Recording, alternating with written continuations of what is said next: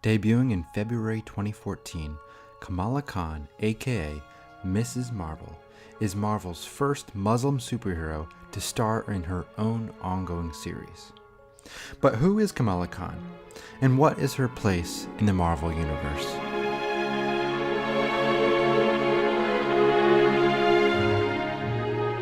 The brand of storytelling that Khan's series Miss Marvel engages in is the coming-of-age story, or the Bildungsroman.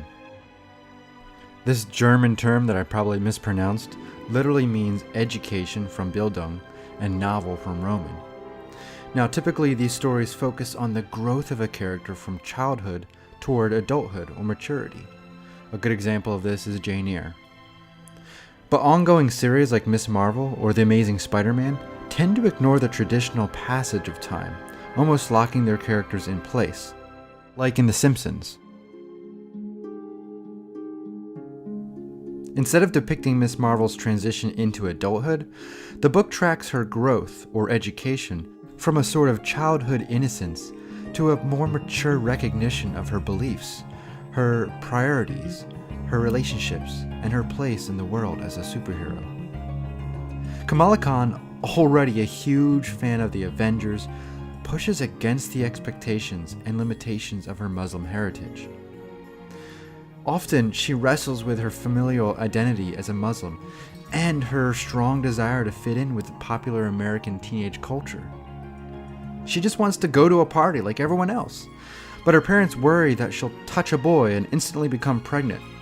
This tension between cultures is all too familiar for this teacher, who has seen many of his own students struggle with their backgrounds coming up against American culture.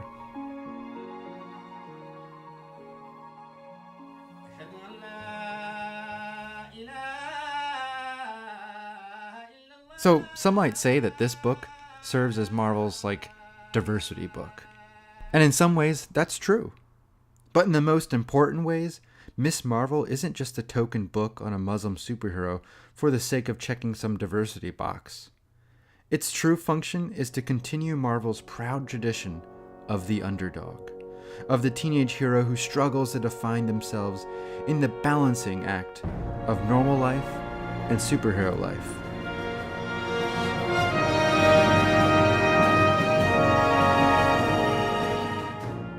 Specifically, Miss Marvel is Marvel Comics' successor to what The Amazing Spider-Man used to be. For decades now, Peter Parker has gradually aged up. He's no longer a teenager in high school. He's been married before to Mary Jane. He's become a teacher, and he's even become an international businessman for Parker Industries.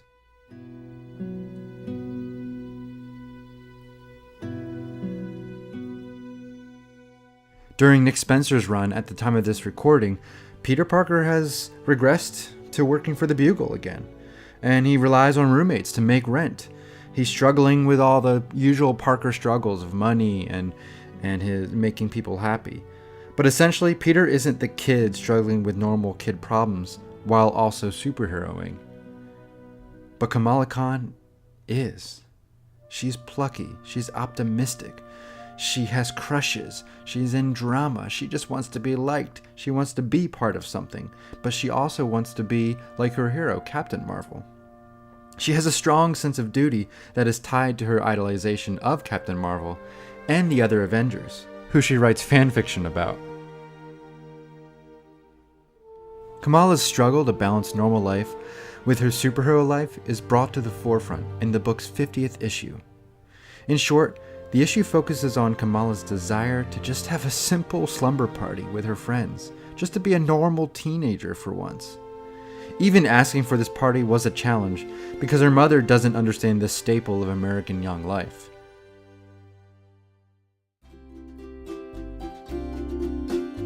But the gossip and video games is constantly interrupted by Kamala's identity as Miss Marvel, when an inhuman dog named Lockjaw teleports into her front yard, chasing a teleporting cat. Trying to save the cat, Miss Marvel is transported on all sorts of wacky adventures, supported by the colorful cartooning in this part of the book. Then, she's called away by Miles Morales, who is Spider-Man at this time, to help him complete a mission concerning an Infinity Stone in New York. So she runs off to help her friend, finding out that the stone wasn't an Infinity Stone, in fact, but some kind of mood stone that forced Miles to admit his crush on Kamala. Finally, she's pulled away from the party once more by an angry pizza delivery woman who happens to be really upset because her power is to emit a sulfur-like smell whenever she's angry, which tends to make her more angry. Kamala, in this moment, has to call upon her powers of empathy to solve the problem. And when it's all over, she's exhausted. She re-enters her house, resolving to tell her friends who she really is, to give up hiding half of her life from her closest friends. But when she does tell them, they already know. And in that moment, she's relieved of the pressure and tension that both her identities put on her. This issue is fun. It reminds me of the anxiousness of adolescence, of trying to be something rather than another thing, of working to find one's place, one's purpose, and one's function in the world. So who is Kamala Khan? And what is her place in the Marvel Universe? She's this generation's Peter Parker. She's that part in all of us, still insecure, still hungry to learn, who am I? And why am I here? And I can't wait to read more Kamala Khan.